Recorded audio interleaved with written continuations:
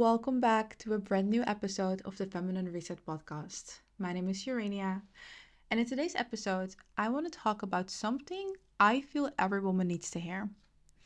And especially if you ever felt guilty for resting or slowing down, because not too long ago, I did a small, intimate masterclass. And I remember that one of the women said, Urania, I feel guilty for taking time and care for myself. And that's why I really want to talk about why slowing down and resting is actually one of the most productive things that you can do as a woman that is connecting to her feminine energy. It's also important to understand that we live in a masculine world. And that means that the world that we live in glorifies hustle, constant doing, endless output, and being in your head all the time. And we are also taught as women that productivity means that you are constantly busy and that rest is actually luxury. That's actually something that you have to earn. But the thing is that as a feminine woman, our power doesn't come from constant doing, constantly being on. It comes from our energy, our intuition, and our ability to connect more to our ease and flow. And for that reason, we need to understand that rest is not weakness. Rest is not something we do when we have the time or it's a luxury. No, rest is actually our strength. And rest is a given, not a luxury. So, how did we get here? Most women were raised in a very masculine model of success, one that is linear, goal oriented, and focused on doing more, faster, and better. And we were praised for achieving, for output, and not so much for feeling. So, what happened? We as women started to internalize this. And we learned that being productive meant being constantly active, always working, always striving, fixing, and achieving. And here's the problem. The problem comes because this constant doing is disconnecting us from our natural flow, our essence. I call it our feminine ease and flow. And it keeps us constantly in our head and disconnected from our bodies. And over time, and I personally experienced this, over time, what happens is that it can lead to burnout. It can lead to numbness and emotional exhaustion. Other problems that occur is that by you constantly being on, you start to lose that touch with your intuition, your creativity, and that soft magnetic energy and that beautiful spark that makes you feel alive. I feel that many women are losing their spark.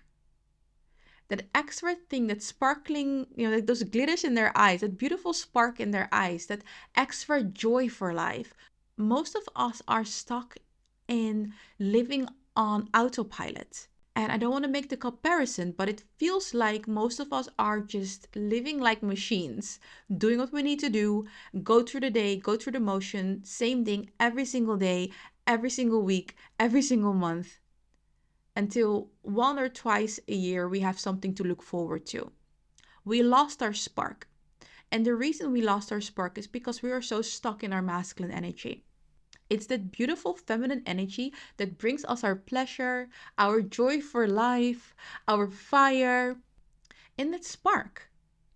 And this is the truth, ladies. We don't have to do more to be more. The beauty is that you just have to align more to your feminine energy, which is what you are naturally. It's your essence. I always say that you don't need to learn how to be feminine. No one is going to teach you how to be feminine because you are a woman. You were born in the body of a woman, so you know how to be feminine. The thing that many of us need to do is to remember how to be feminine again. Let's look at productivity from a feminine energy perspective. When it comes to feminine energy and productivity, true productivity is not about output. It's about managing your energy. It's not about how many things that you can check off your to-do list, but it's more about how aligned and energized are you while you are doing these things. My lovely woman, understand that when you are resting, when you are slowing down, you are not being lazy. In those beautiful moments, you are restoring your energy field. You are creating space for your intuition to speak, for your body to recharge, and for your mind to receive inspiration. So I want you to look at nature as an example. There are seasons of growth, but there are also seasons of rest. The earth does not bloom all year, we know that. So, yes, there is spring and there is summer, but there is also autumn, a beautiful time to slow down, and there is winter, which is a time of stillness. And yet, no one doubts that nature is productive. So, why do we doubt ourselves when we are in our own winter? Rest is here to enhance your clarity, your feminine magnetism, and your creativity. And know that some of your best ideas will come when you are not working, when you're not doing something. Like when you're taking a shower. How many times did you have these amazing inspiration hits when you are taking a shower? It's when we are resting, when we are showering, when we are walking, or when we are not doing anything at all that we get our best inspiration. And that's the power of your feminine energy. It allows you to receive, it allows you to be receptive of amazing ideas, creativity, intuition.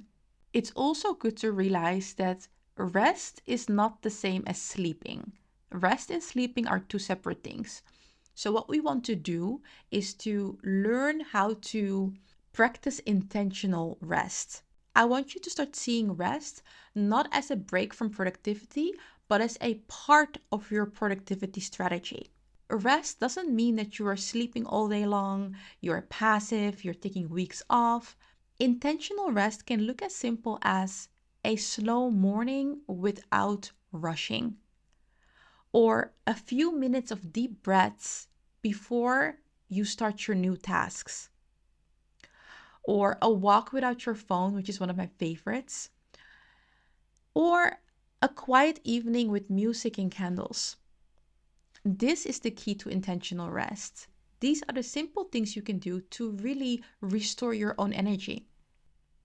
So, when you rest with intention, your nervous system relaxes, your body feels safe again, and your mind opens up to new creative possibilities. You're giving your feminine energy the space to do what it does best. And after that, when you return back to your tasks or your work, you will feel that you're going to be more sharper, more calmer, and so much more inspired. So, how do you practice this? How do you practice soft structure? And soft structure is structure that supports you and doesn't suffocate you. I have 4 ways that you can start practicing soft structure. And one of the first things you can do is to schedule rest as a non negotiable. So treat it like an important meeting with yourself. Put it in your agenda, put it in your planner, and say, this is the time that I'm going to take rest. And with this information, you know that if you take that moment for that walk, that 15 minutes walk, a 20 minutes walk, or for a nap, or have some more space in your mornings, you know that you're going to be so much more inspired after you do that. The second thing you can do is to sync your tasks with your energy. You want to notice which days you feel more creative, more focused, and more reflective. And you want to plan your tasks around this. This has a lot to do with syncing your cycle, knowing in which phase of your cycle you are. And based on that phase, if you have important things coming up, you know that you can best plan a presentation, for example, when you're ovulating. That's a beautiful time for you to do a presentation. That's the number 2. Sync your tasks with your energy. Tip number 3 is to create rituals that signal rest. So this is lighting a candle. If you light a candle in the evening, your body already knows, okay, wait, it's time to relax, time to slow down. Another one is making tea or listening to music. I love listening to evening jazz in the evening. It literally calms my nervous system. Lighting a candle, making tea, or listening to slow music, tell your body it is time to slow down now. Tip number 4 is to allow white space in your schedule. You don't have to fill every minute in your planning. Sometimes doing nothing is doing everything. So plan more white spaces in your schedule. Know that soft structure is about creating a rhythm that honors both your productivity and your peace.